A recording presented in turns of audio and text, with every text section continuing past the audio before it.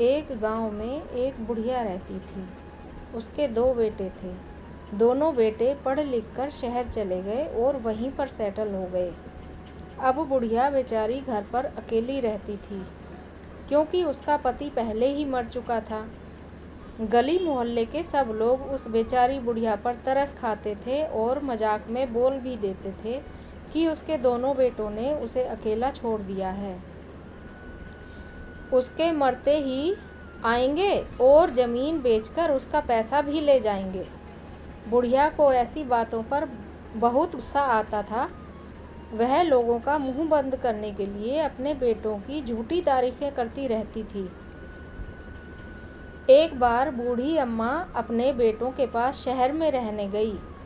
4-6 दिन रुकी और फिर वापस आ गई। वह मोहल्ले वालों के ताने उल्हानों से परेशान तो थी ही। उसने चुपचाप अपनी ज़मीन का एक टुकड़ा सुनार के यहाँ गिरवी रखा और बदले में मोटी मोटी 4 सोने की चूड़ियाँ ले आई। जब वह किसी से बात करती तो बार बार अपने हाथों को आगे करके बात करती थी कि कोई उसकी चूड़ियों को देखकर उनके बारे में पूछे तो मैं बोलूं कि बेटों के पास रहने गई थी। मेरे बेटों ने मुझे सोने की चूड़ियां बनवा कर दी हैं और मुझे आने भी नहीं दे रहे थे। वो तो मैं लड़ झगड़ कर आई हूँ कि शहर में मेरा मन नहीं लगता। मगर क्या करें, बेचारी बुढ़िया की सोने की चूड़ियों पर किसी ने ध्यान ही नहीं दिया और किसी ने पूछा भी नहीं।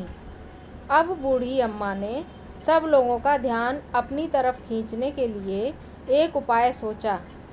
रात के वक्त जब सब लोग सो गए थे तो उसने अपने घर में आग लगा दी और बाहर निकलकर जोर जोर से हाथ पीटकर रोने लगी।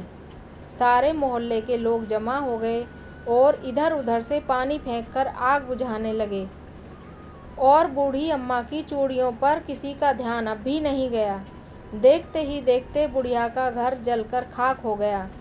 पड़ोसियों ने बूढ़ी अम्मा को 1-2 दिन अपने घर पर रखा, फिर उसके बेटों के पास जाने की सलाह दी। अब बूढ़ी अम्मा को अपनी करतूतों पर मन ही मन पछतावा हो रहा था कि अगर यह चूड़ियों वाली बात उसके बेटे और बहुओं को पता चलेगी तो क्या होगा। अब उसने सुनार को चूड़ियाँ वापस करके बदले में थोड़ी सी ज़मीन और गिरवी रखी और घर की मरम्मत करवा ली। बाद में जब उसके बेटों को पता चला तो उसने बड़ी चालाकी से कह दिया कि घर की मरम्मत के लिए ज़मीन को गिरवी रखना पड़ा था। हम में से बहुत सारे लोग ऐसे ही दिखावे के चक्कर में बर्बाद हो जाते हैं। आपको यह कहानी पसंद आई होगी तो कृपया हमारे चैनल को सब्सक्राइब करके हमें भी मोटिवेट करें। धन्यवाद।